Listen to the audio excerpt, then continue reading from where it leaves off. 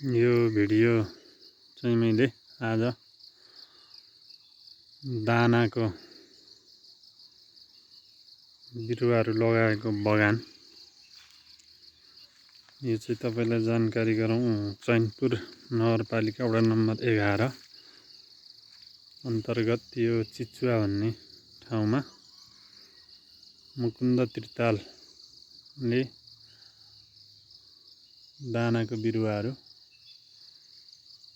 यो लगभग 6-7 रोपनी एरियामा यसरी जङ्गल फाँडेर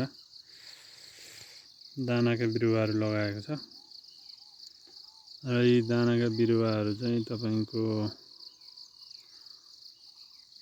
कोही दुईमुखे, कोही चिल्लो दाना, कोही हुसिङ भन्छ, त्यस्तो दानाहरू बिरुवा लगाएर आय आर्जन गर्ने उद्देश्यले गरेको छ। यो चाहिँ तपाईलाई अहिले देख्नुभएको यो चाहिँ कटेज, यसो काम गर्न आउँदाखेरिको कटेज बनाएको छ।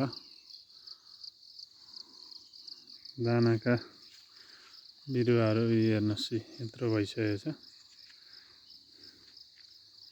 र यति राम्रै फल दियो भने, जातकै दाना आयो भने यसबाट करोडौंको आम्दानी पनि लिन सकिने सम्भावना बोकेको छ।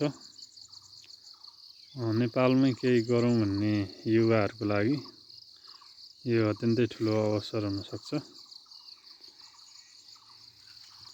धन्यवाद।